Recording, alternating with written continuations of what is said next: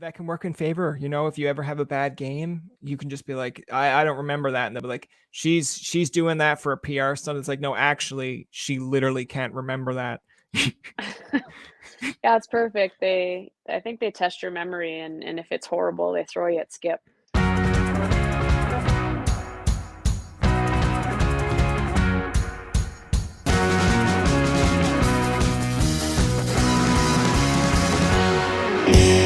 Rachel, my very first question I want to ask you is, how are things? How is your new year?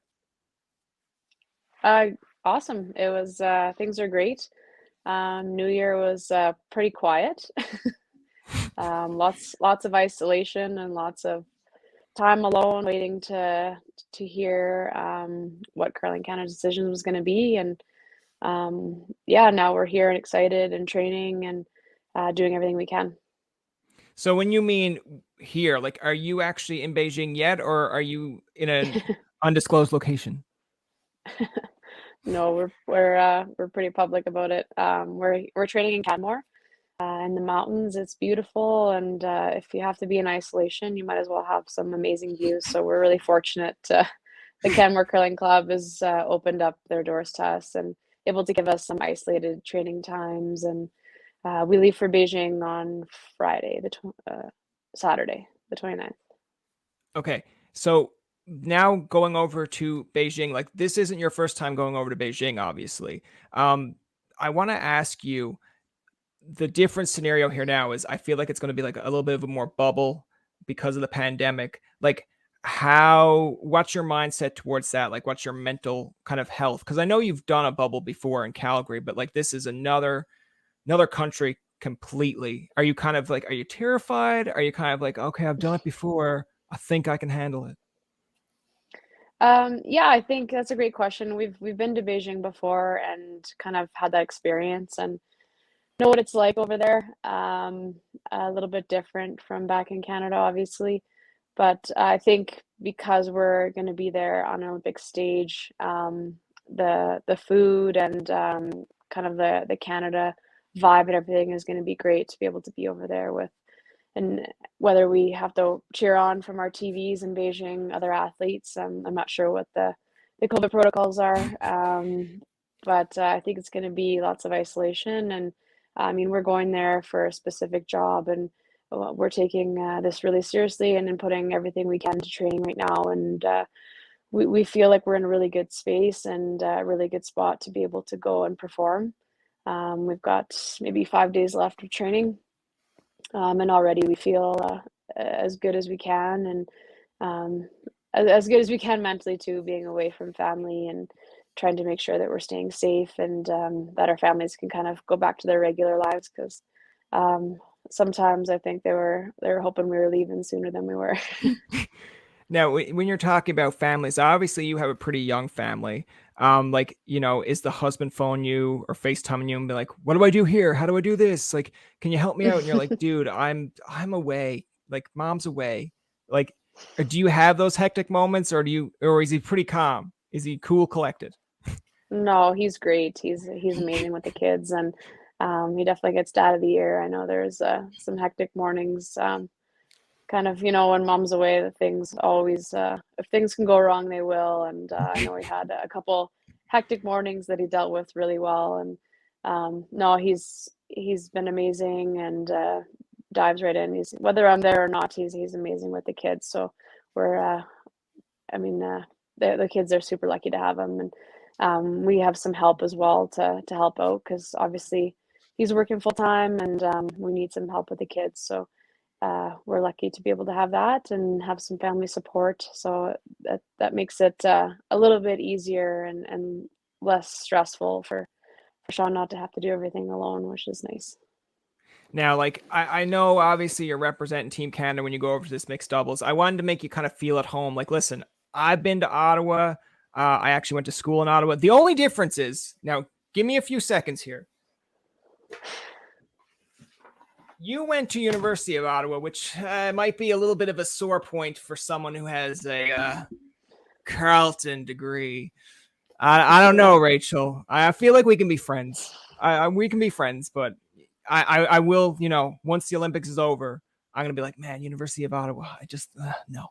I want to ask you though, going to University of Ottawa, like, why did you choose going in? I think it was like human kinetics you did.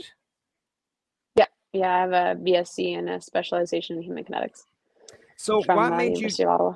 what made you choose that path? Because obviously you're like a really good curler. You were basically the Kansas City Chiefs of junior curling. But like, I want to ask you, what made you interested in going to University of Ottawa and doing that for your degree? Yeah, I mean, hopefully we can pull off some wins like Casey did the other night. That was pretty epic.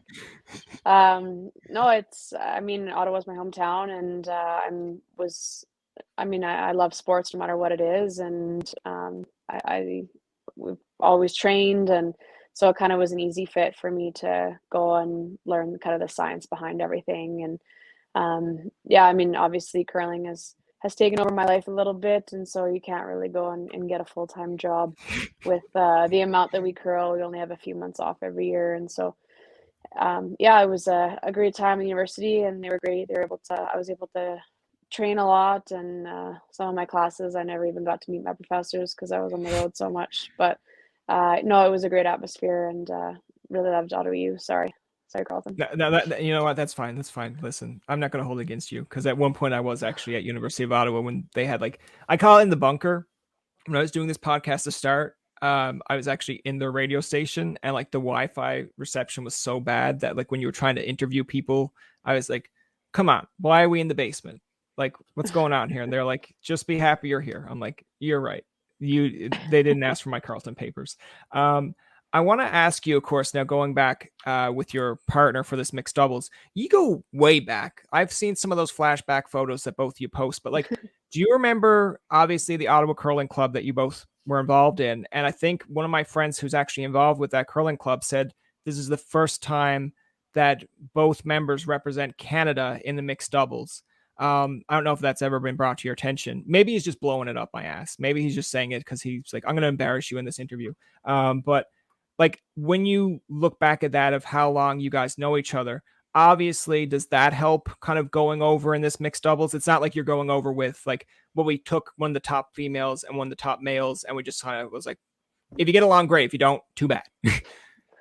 Yeah, it's kind of cool to think, even to think about memories from when I was like my very first memories when you're so little, and John and his family being there, and just knowing each other growing up. And obviously he moved out west, so we kind of lost touch a little bit, but obviously still had that strong family connection with his dad coaching us for so many years. And obviously his dad's a phenomenal coach, and we're lucky that we were kind of friends of the family, and we were lucky enough that he said yes to coach us, and kind of put in that fundamental training, and helped us get to where we are today. And kind of cool that his dad helped us get here, and now John and I have teamed up again and are headed to the Olympics. It's pretty cool to know someone your whole life and then be able to go to the Olympics with them. It's definitely a really cool feeling.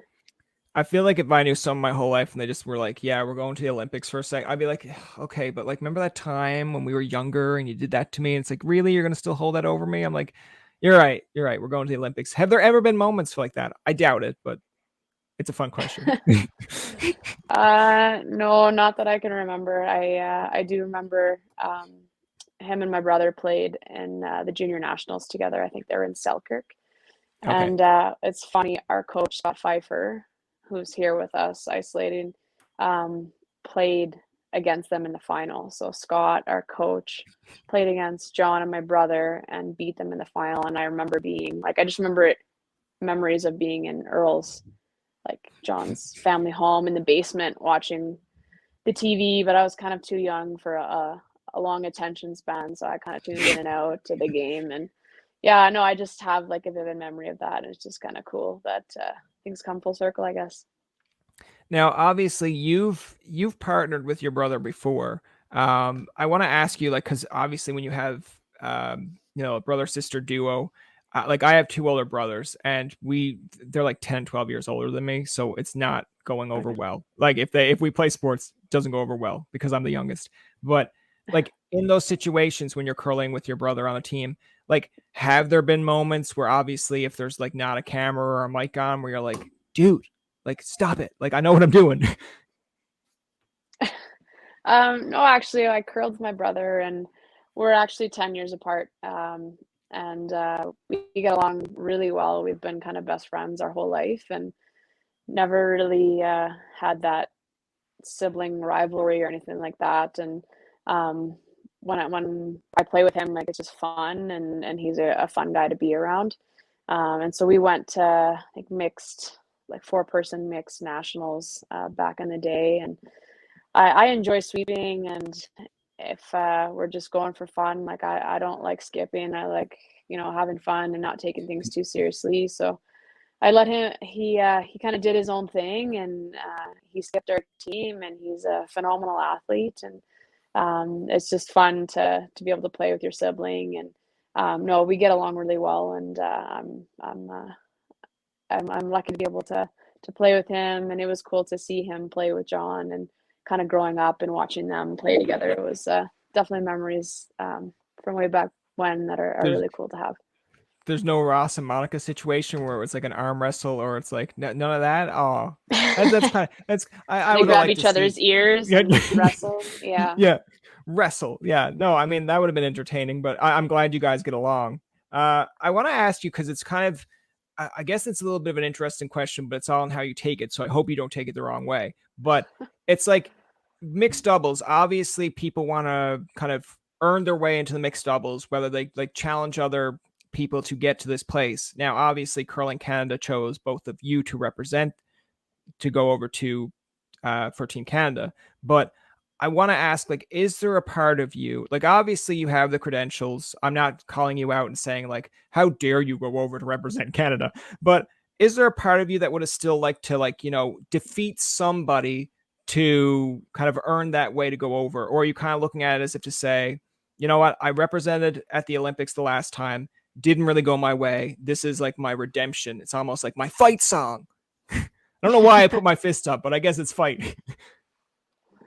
Yeah, no, I don't think we really looked to the last Olympics and compare that to mixed doubles, two different disciplines. And um, yeah, I think curling Canada and the world is in a tough spot right now with the pandemic. And obviously, we were excited and ready to go and play trials. We were isolating over Christmas and preparing to be able to go in there. And it was basically like you couldn't look at somebody without getting COVID. So I think I don't know how many teams would have been able to be fielded, and so I think it's kind of the integrity of the tournament was at stake. And so at that point, you can't have all of your best teams in Canada go and compete, and everybody gets COVID, and you can't go to the Olympics anyways. Yeah. So and I mean, just the mental state of going, knowing that you're going to go get COVID at an event is not a great state to be in.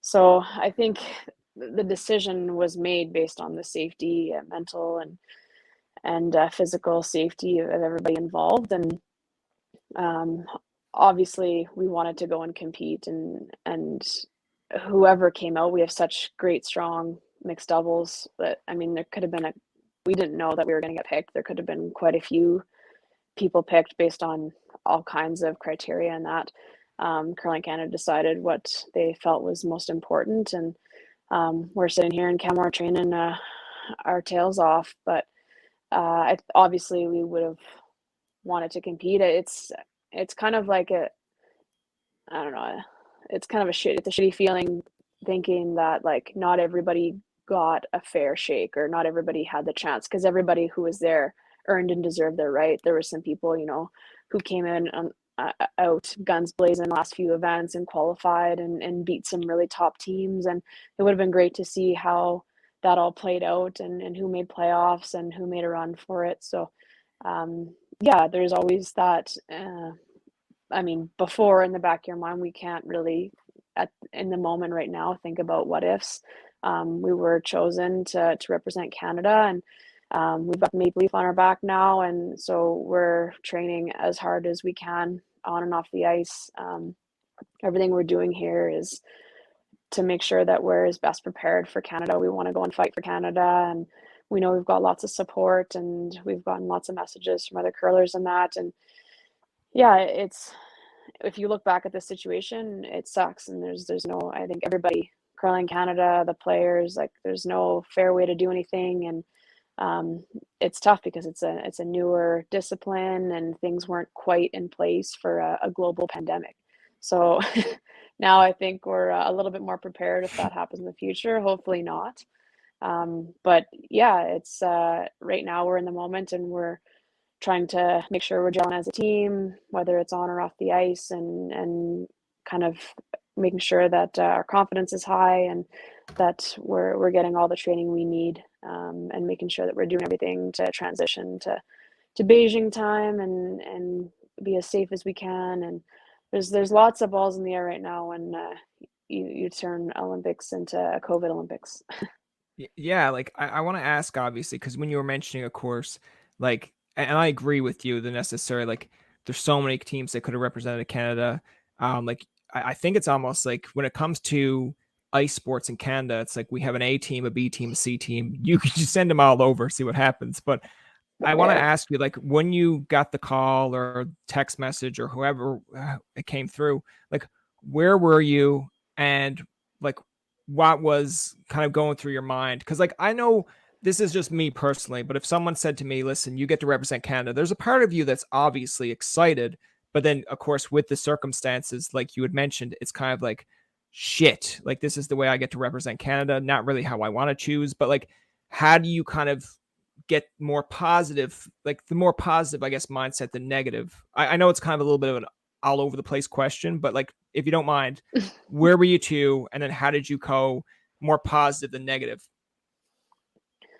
Yeah, I think there was a lot of things at play a few weeks ago when Curl Ontario kind of named my team to be the representatives of Ontario, but placed a contingency whether I was picked or not. And so that kind of even added more stress and anxiety to the mix. And my team was obviously really supportive. And Curling Canada states that three of four players is your team, so they're still able to go, and that put our minds at ease that the rules were enforced and used appropriately. And so I think that was a big stress and unknown and being in limbo when, kind of just when we didn't know, we were kind of chatting as a team, and I was like, I don't know if I should get a suitcase out, if I should book training with you guys, if we still need to be in isolation, if there's just so many things that were unknowns for us, and definitely a lot of stress and anxiety at the time. Um, but I mean, you got to look at it the other way. I mean, not everybody would have been able to be in that situation where um, some great things could happen.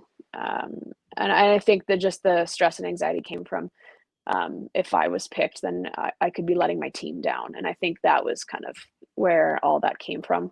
And I would never want to do that. And so I think once that all got sorted out, I mean, obviously our team was grateful to be able to be a wild card team, and um, I'm going to be cheering them on just as much as they're going to be cheering me on. And I don't know how much games we'll be able to watch of each other's because the time difference, and I think we'll be probably competing at the same time. So we'll stay focused on what we have to in Beijing, and and I'm sure that they'll be focused and trying to compete as hard as they can with a new lineup and all that comes with that. And so I think, yeah, it's been a kind of a crazy whirlwind adventure, and grateful that we had the opportunity to even be in this position. Um, and we're just taking this really seriously, and trying to I know there's a lot of people that could be in this position and doing the exact same thing. And so we're just kind of soaking in the moment and trying to make sure that we go to Beijing best prepared. Now, I know you mentioned it's two different disciplines, obviously, from going over to represent the women's curling compared to mixed doubles. But, and again, this is the part where Rachel turns like redder than this jersey, because what I'm going to ask, she's going to flip out at me. But, uh, in 2018, when you went over, it wasn't like the greatest representation for Canada, because it was like the first time that Canada didn't medal. Like, obviously, I'm not saying that kind of eats away at anybody, but this time going over, just for you mentally, for yourself, like, is there something you feel like, all right, I want to come back with something this time? And this is the part where you kind of Yeah. go and jump over and be like, come here, I'm going to eat you. No. No, not at all. Yeah, I think for sure we haven't medaled on the world stage in women's in a while, and so I don't think that it's it's crazy that we got beat by the best teams in the world. It's sport, and anything can happen. We had so many close games, and it could have gone easily the other way.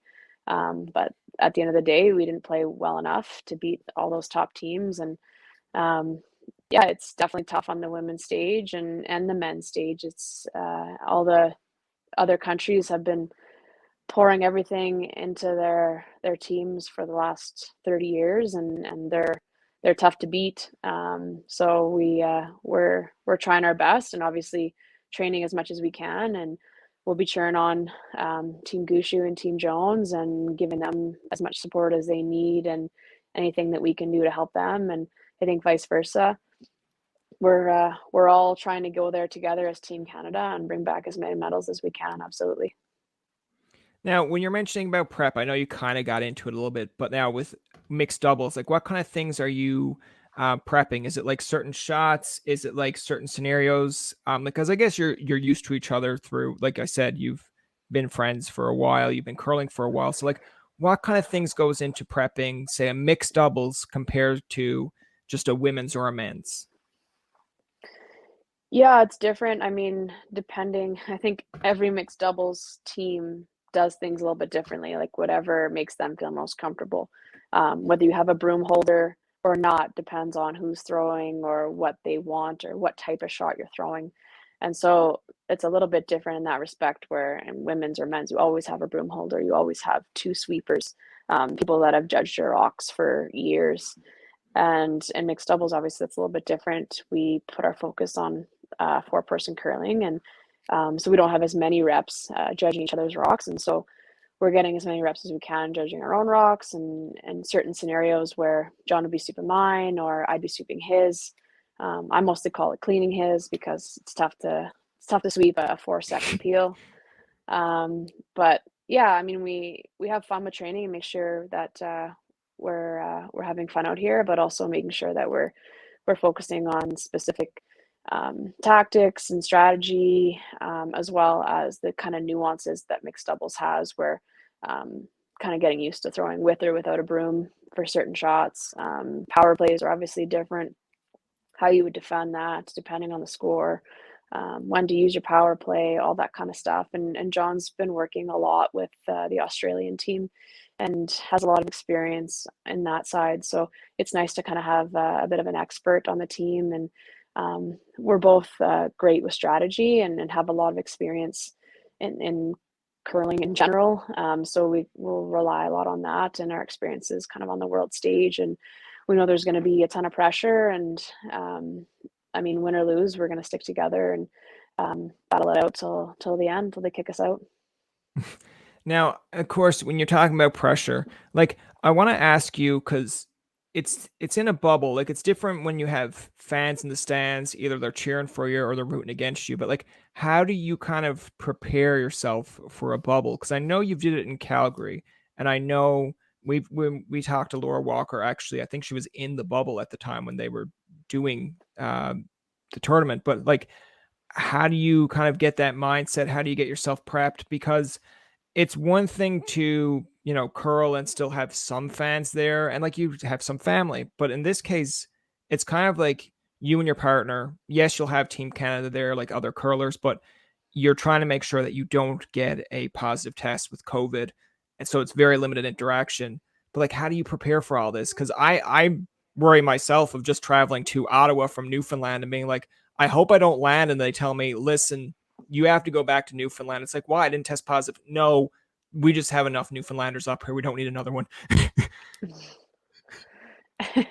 Yeah, I think we're as best prepared as we can be, taking all the precautions with our flights and our travel, avoiding everyone as much as possible, really. Which obviously it's fun to to interact and have those social interactions with others on your journey over the Olympics. We'll be going with other athletes in that, but I think everyone's gonna be kind of in their own little bubble, trying to make sure that we all land safely and not bring anything over on the plane with us. That's kind of number one priority. And yeah, we land and get 2 more PCR tests, and then we isolate until we get them back and hope for the best. I mean, we're doing everything we can. I'd be shocked if any of us tested positive, but I guess you never know. It's we don't know everything about this variant, but I think we know. There's Scotty there. I want to ask you too, because now you've been curling, I believe, since you've been 5. Like, what made you interested in curling more than any other sport? Was it just that you were dominant at it? Was it just that you were like, you picked up a rock one day and you're like, you know what? I think I could master this? Because I mean, there are kid prodigies out there. Rachel, were you a kid prodigy? No, not at all. I had a purple full snowsuit on, just out there, I think, for the hot chocolate and jelly beans that we got. No, I just enjoyed it, and my brother played, and John, and it was just in my family. My great grandfather curled, and my grandfather and my parents. It's just kind of a family sport that we all love to play, and something that you could play as a family, which was kind of cool. We had some family bond spiels, and we touched a little bit on it back at the Navy Curling Club, and Craig Savile's family was in it, and I know we played him and his brother and his parents, and the Morrises were in it, and it's just kind of a fun social sport in that aspect. And obviously with COVID, we've lost that, but um, for the most part, it's just an opportunity to be able to travel the world and meet new people, and it's just a really fun social sport in that respect. And it kind of has everything. It's got the physical piece. It's mentally taxing. It's almost like a shootout all the time, like in soccer or hockey. Like there's one shot and everyone's watching you, and you better not miss. So it's just like 3 hours of that. And so it's just it's an exciting sport, and it's got a little bit of everything. And I think when you're younger, it was nice. I was able to play a lot of different sports.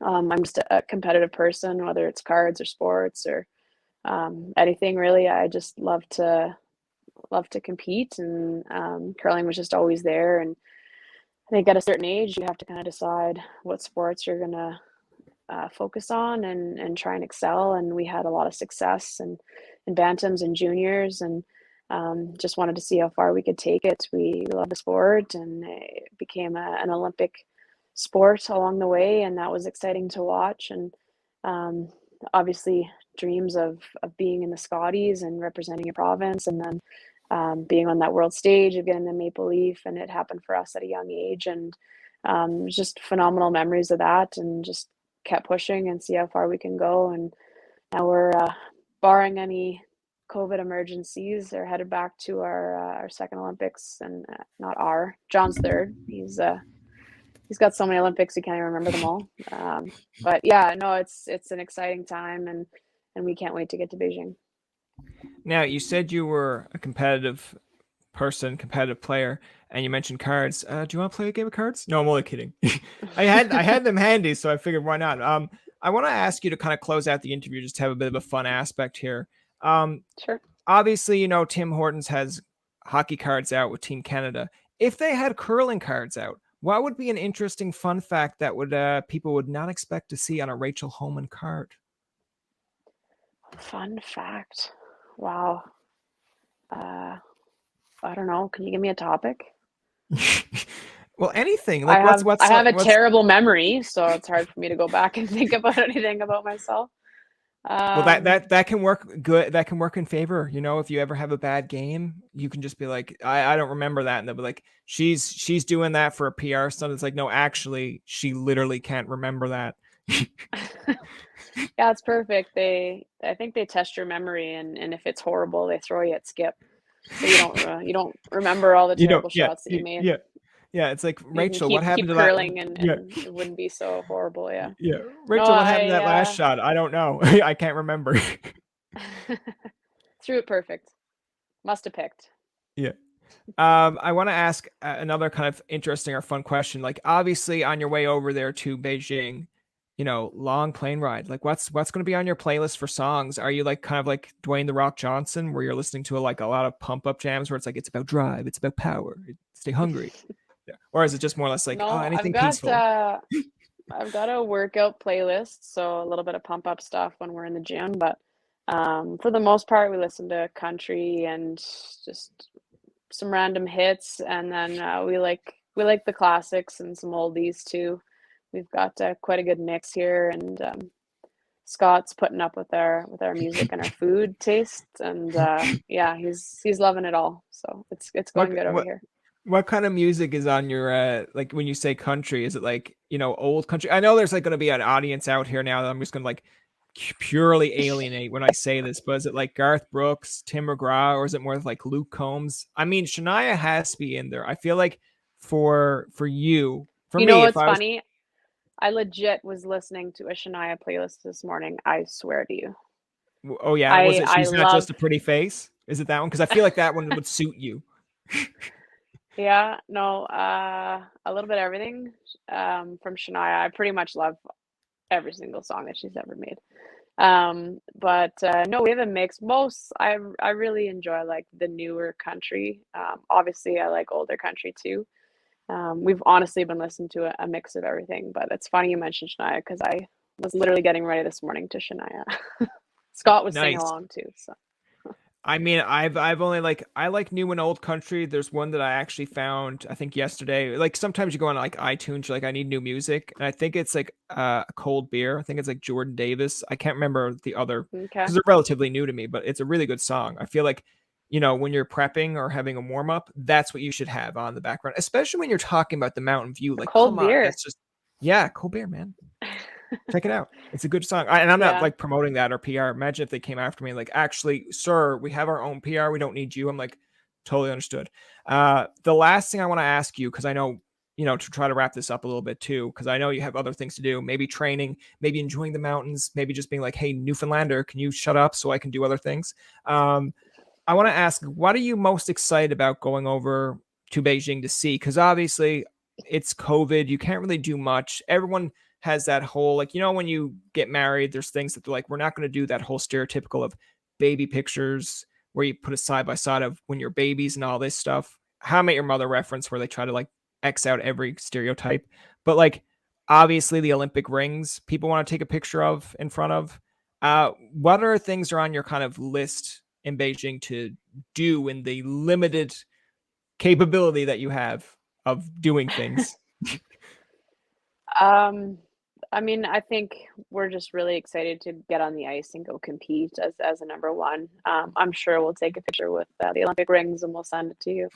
That's But I great. don't Yes, think that I they're, will frame it. yeah, I mean, I think there's a Canada gym. We're not really entirely sure what's all there, what's going to be available, and depending on what happens. Yeah, I don't think that we're allowed to really go do too much. But we'll be excited to cheer on all the other athletes as much as we can. And obviously, I'll be watching my team back in Canada and cheering them on. And I'm sure we'll take some videos and send them to the girls, and it'll be nice to connect with family in that as much as I can over there, some friends and family, and um, just kind of touch home a little bit with doing that, and really just focus on our game. Yeah, sorry, I'm not really sure what's over there for us to do. I'll let you know if I find Yeah. out. Yeah, I'll wait for like messages at like whatever time it is in Newfoundland where it's like 3 or 4. It's like, hey Brian, I found out what we could do now. I'd be like, what is it? Nothing. I'd be like, all right, awesome. Uh, Yeah. I want to ask you like, what kind of things, if possible, would you like binge watch? Like, I know I'm a big kind of comedy person, so I turn on like Mm. Boy Meets World, Full House. Shout out to Bob Saget, Fresh Prince, all that. But like, what kind of things would you be binge watching? I binge watched Schitt's Creek and Ted Lasso. Those were top notch. I highly recommend those. Oh, really? Okay. I recently tried out Peaky Blinders, a little bit more intense. Not for everybody. And some spots I have to close my eyes to watch. Um, but off the top of my head, I'm not sure what else. I don't remember what I downloaded for. for the plane yet, but yeah, I think I downloaded the rest of Peaky Blinders to watch on the plane if I can. Okay. Yeah. See, I don't. How long of a plane ride is it to Beijing? I think 10 hours from Vancouver. Oh, really? Okay. So 10 hours. Oh man. Like, see, for me, that'd be like just 10 hours of like Big Bang Theory. And then if I land in Beijing, they'd be like, oh my God, it's another Sheldon. I'd be like, oh shit, I forgot that I watched 10 hours of Big Bang. That or Friends. Anything like that's I feel like comedy or sets the mood. But like, have you been on like obviously, yes, you've been to Beijing before, but I want to ask you, like, in that plane, like, do you ever find yourself getting cramped in the plane? Do they give you first class seats? Like, is it a private jet? Because I feel like they should. I know it's Canada. Canada's like, hey, you know what? Find your own way, or we'll give you some way. But like, man, I would love to see it in Beijing to have a little bit of Canadian pride where it just like lands and then you just hear, oh, Canada come out guns a-blazing. They did charter a plane, so it'll be pretty much all athletes, coaches, and staff. So yeah, I hope that we can put in a request to play O Canada when we land. That'd be great. Yeah, man, just set the mood, set the tone. Rachel, I enjoyed having you on. I hope you enjoyed the chat. I wish you nothing but the best of luck. But yeah, keep me informed. Like, let me know if you actually find things to do. Just be like, Tobin, I know it's like 3 a.m. your way, but like, check this out. I've got a picture in front of the Olympic. I'd be like, yes, Rachel, it's great. Thank you. Rachel, like I said, I wish you nothing but the best over there. I always tell Thank you. people, I said to Jennifer and I said to Brad, if you guys win, I want to see some emotion. Like, when they do like a top 20 curling countdown. I know they do bowling on TSN, which I'm a bowler, so I kind of like it, but Cool. there's the famous one where it's like, who do you think you are? I am. I want to see a moment like that. Maybe not as brass, maybe like a John Montgomery moment in Beijing. hopefully. Well, we won't be able to roam the streets, I'll tell you that much. Yeah, but I'm but sure if you we'll win be trying to if you find win- a beer stein. That's going to do it for this episode of Tobin Tonight. Our thanks to Rachel Homan for coming on to the show. Remember, you can find past, present, and future episodes on TobinTonight.com, Spotify, and iTunes. Follow us on Twitter, like us on Facebook, and leave a comment or two. For Tobin and myself, this is Jacob saying thank you for listening, and good night.